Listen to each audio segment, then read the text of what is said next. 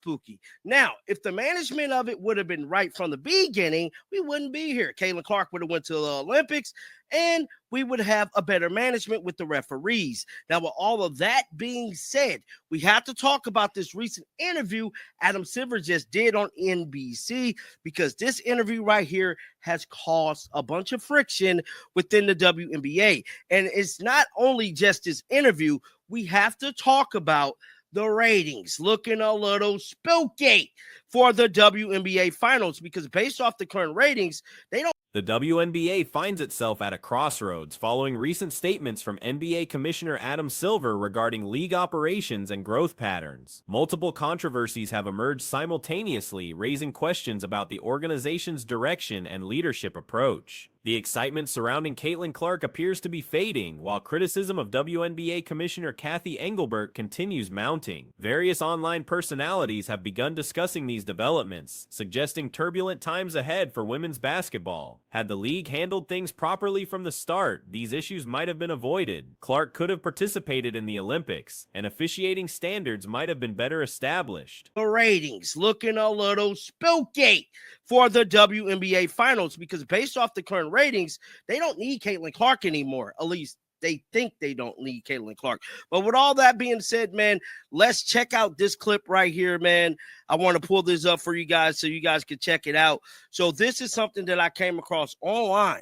Shout out to the young lady who actually put this video together. I don't really know her name. She kind of reacted to it all, and we finna listen to her reaction, because this is the current state of the WNBA, and Adam Silver is looking real spooky. You can choose to sell your team and your same. Instead, a recent NBC interview with Silver has generated significant backlash within WNBA circles. Beyond the interview itself, concerns have surfaced about playoff viewership numbers appearing questionable. According to current statistics, the league might believe Clark's impact is no longer necessary for success, though this assumption remains debatable. A video analysis surfaced online examining Silver's comments about franchise relocation rules, specifically regarding the Connecticut Sun situation. The discussion centered on whether the team could relocate to Hartford. Silver explained that franchises cannot independently choose to relocate to different markets. The WNBA, and Adam Silver is looking real spooky. You can choose to sell your team in your same market. You can't choose to sell your team to a different market, and that's where it stands right now. Hartford is in the market. No, it's not. So you're probably wondering how I ended up here. I've been following the potential sale of the Connecticut Sun for months now. And one of the biggest questions is if the team has a buyer willing to move them to Hartford, which they do, why does the league not only not want them to move to Hartford, but how can they block it? The marketing region is. When questioned about Hartford being within the same marketing territory, he clarified the distinction between marketing regions and actual team locations. According to Silver, teams only possess rights to operate in their designated home market. He used the Brooklyn Nets as an example, noting they couldn't simply move to Manhattan despite having marketing access there. The critic in the video pointed out apparent inconsistencies, citing how the New York Liberty moved from Manhattan to Westchester and eventually Brooklyn without significant obstacles. The Brooklyn Nets themselves relocated from New Jersey to Brooklyn previously. Silver maintained that marketing territory differs from physical relocation rights. Marketing region is different. A team only has the right to play in the market they're in. It that would be like saying that the Brooklyn Nets could move to Manhattan because it's in the market. Obviously, it's in the market, but only the league can move a team. So semantics. No, that's not semantics. I don't think that's semantics to say that the Brooklyn Nets could not move to Manhattan because they're allowed to market Manhattan. It's a different market. It is semantics, because very recently we saw the New York Liberty move from Manhattan.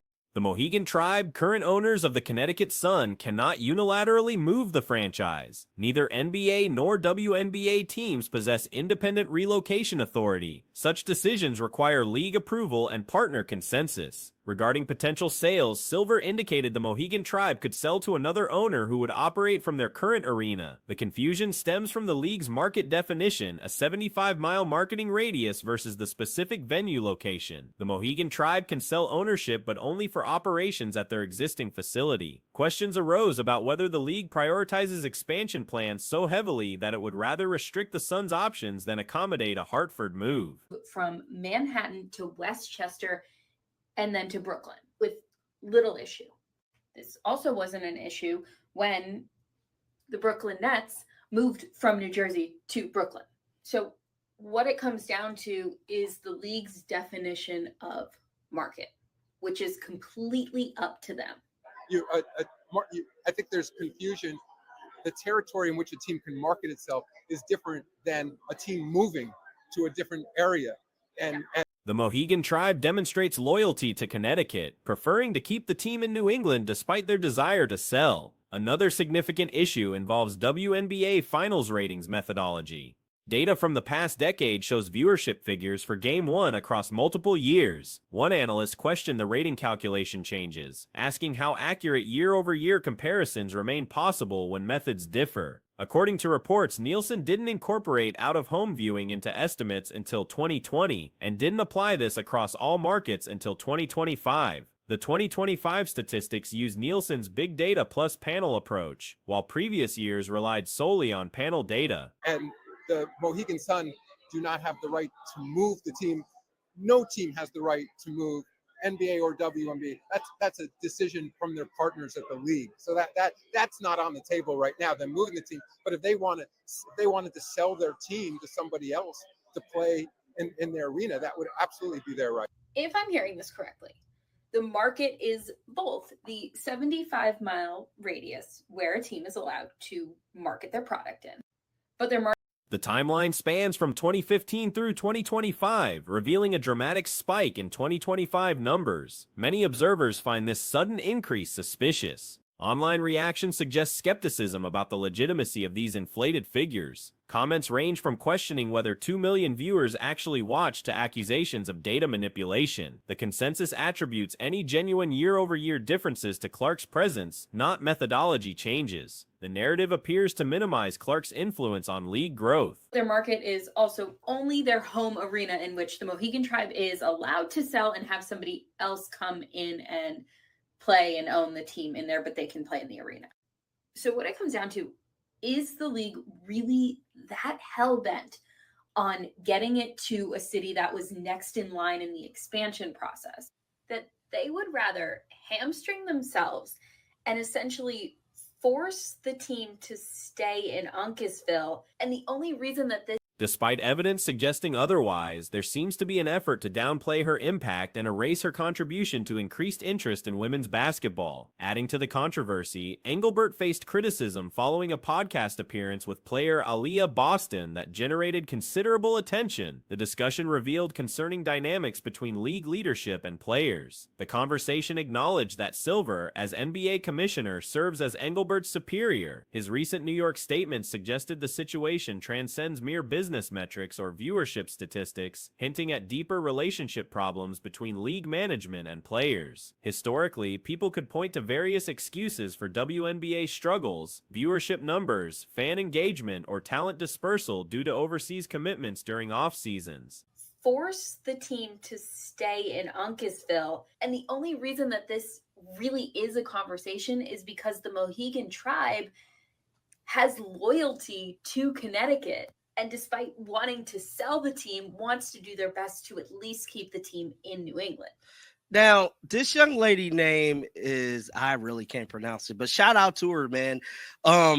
This current interview right here got Adam Silver and Worlds of Heat online, man. And it's just crazy. Moving on to another story, man. We got to talk about. Recent years eliminated those justifications. Previously, these seemed like convenient excuses. Leadership became the focal point. The discussion drew parallels to how David Stern guided the NBA through tremendous growth periods. Stern possessed the ability to push the league forward and overcome obstacles, though his relationship with players sometimes faced scrutiny due to controversial fines and dress code policies. The speaker maintained a positive personal relationship with Stern, but acknowledged Silver leads differently. The end of the day, on the women's side, where you don't want to compete with the WNBA, you want like a 4-month season so that the WNBA stretches probably from, my ideal scenario is the WNBA stretch from like maybe December to like all this starts from December till whatever, October when it ends. But is there a speculation bubble for months about potential international men's and women's league? Sorry, we've already read that. So his first revealed by FOS this week, Carter Using the NBA as a blueprint requires examining all aspects, not selectively choosing which elements to emulate. Personal anecdotes highlighted the contrast in leadership styles. After signing a broadcasting deal with Amazon, a congratulatory text arrived from Silver. Following the birth of a third child, another message came from Silver, whether from him directly or an assistant. League office outreach occurred. A baby gift arrived for the third child. Annual Christmas presents come from Silver. League, sorry, we've already read that. So his first revealed by FOS this week, Carter is no longer part of the plans. At least for now, it sparked confusion what might mean for the Audacious venture if this cachet was no longer part of his calculus. According to Grady Burnett, a former Google and Facebook executive who's co-founded this venture, as known as Project B, the Women's League is still being built and a Men's League could still be created as well. So it says here, Project B is set to begin with the Women's Basketball League, in large part because the immense growth and interest in sport. It will feature 6 teams of 11 players, each that play 7 two-week tournaments across cities. Upon retirement, a text message acknowledged career accomplishments and contributions to women's basketball, expressing anticipation for continued involvement from the broadcast booth. Notably absent from these milestones was any communication from Engelbert. The only acknowledgement came 4 months post-retirement at the Phoenix All-Star Game through a brief in-person congratulations. Other players, including Sabrina Ionescu, echoed similar sentiments about having stronger relationships with Silver than Engelbert. Elena Del Don reportedly received no contact from Engelbert upon retiring. 2 jersey retirement ceremonies occurred without Engelbert's presence or acknowledgement. Each that play 7 two-week tournaments across cities in Asia, Europe, and Americas is already 2 years in the making. Burnett believes it can be a multi-billion-dollar business. So basically, they're playing 7 two-week tournaments, so that's 14 weeks, which is like 3 months. So my guess is almost like what I projected Caitlin Clark to do in the offseason. I was like, oh, Caitlin Clark should go to the offseason and do like a world tour. So it's like they'll go and play 2 weeks in America. Silver apparently understands proper protocol for these occasions, possibly unaware that Engelbert wasn't fulfilling these responsibilities. Based on these revelations, speculation suggests the league may be seeking Engelbert's replacement. Whether this materializes remains uncertain, but the information warrants attention as the off-season progresses and discussions continue about WNBA leadership and future direction. Major developments have emerged regarding Project B, an initiative originally connected to Maverick Carter that has generated substantial discussion within basketball circles for an extended period. Initial rumors suggested the formation of an international competition featuring both male and female athletes, with Carter serving as a key consultant. Many anticipated this venture might challenge the established NBA and WNBA structures. They might play 2 weeks East Coast in America and go around a bunch of places and play games in big arenas. They might go 2 weeks West Coast in America, 2 weeks in China, 2 weeks in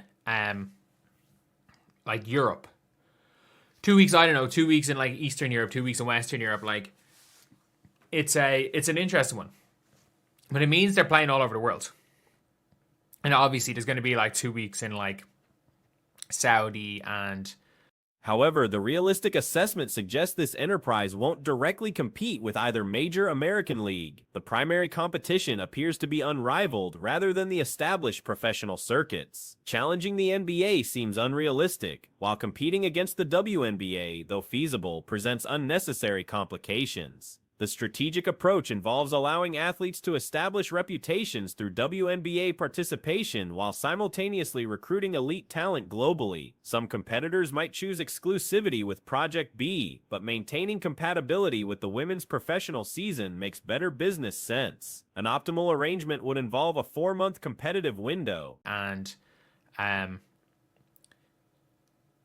like Dubai and places like that. But it says here, the Skype co-founder is looking to attract top players across the world. It's already begun negotiating with some WNBA stars, league sort of said, and Burnett confirmed they've already signed WNBA players. The growth in women's sport rivals anything in AI right now, Burnett told The Athletic, explaining why it's launching its women's basketball. It's truly majestic. The salaries the women's basketball players could draw in this league are expected to be significantly higher than ones in the W. The ideal timeline positions the WNBA running from December through October's conclusion, creating space for alternative opportunities during remaining months. Recent revelations from Front Office Sports indicate Carter's departure from the planning process, at least temporarily. This development raised questions about the venture's viability without his involvement. Grady Burnett, formerly with Google and Facebook, co-founded this initiative and confirmed the women's competition remains under development, with potential men's division following later. The enterprise launches with women's basketball due to tremendous expansion and enthusiasm surrounding the sport. Basketball is truly majestic. The salaries the women's basketball players could draw in this league are expected to be significantly higher than women's NW. Yet with WNBA players making a strong push to secure a much bigger piece of the revenue pie up on the CBA. Negotiations. Off-season league officials are widely expected to make a push of their own for players to compete exclusively in their league. Either way, almost all veteran WNBA players will be free agents this off-season. They have Alana Beard, who is the chief basketball officer. And how good was Alana Beard?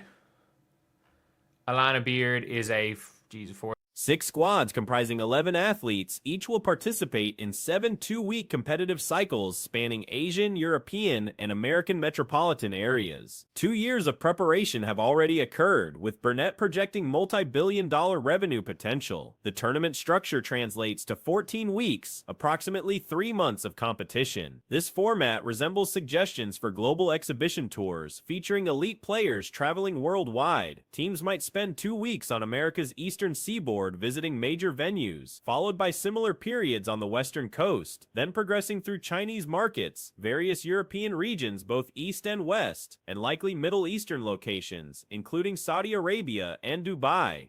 Alana Beard is a 4-time All-Star, All-W team member. So yeah, this year she'll serve as the chief basketball officer. Candace Parker, Steve Young, Djokovic, and Sloane Stevens are among investors and advisors. Candace Parker is key. Candace Parker is key. She's going to be key to all of this. It says here, Sela, an entertainment company owned by Saudi-owned public investment fund, will be a partner. And a lot of people are like, oh, this is a league that's being... The Skype co-founder backing this venture has begun discussions with WNBA standouts, with some contracts already finalized according to league representatives. Burnett compared the women's basketball growth trajectory to current artificial intelligence sector expansion, describing the sport as genuinely magnificent. Compensation packages will substantially exceed current WNBA standards, creating leverage as players negotiate improved collective bargaining agreements. Alternative leagues will likely demand exclusive participation commitments. This is a league that's being run by the Saudis, man. The Saudis are going to be in everything. If you play FIFA, it's going to be, or EAFC, it's going to be owned by the Saudis. Like, they are going to have, they own Newcastle. They have part ownership in Chelsea. The Saudi Public Investment Fund is going to be in everything. It's going to be very hard. If you want to be principled and say you're not doing anything. Alana Beard, a 4-time All-Star and All-WNBA selection, assumes the Chief Basketball Officer position. Notable investors and advisors include Candace Parker, Steve Young, Novak Djokovic, and Sloane Stevens. Parker's involvement carries particular significance for the venture's credibility and success. Sela, an entertainment entity controlled by Saudi Arabia's public investment fund, will partner in this endeavor. Critics highlight Saudi involvement, though such investment has become ubiquitous across global entertainment and athletics.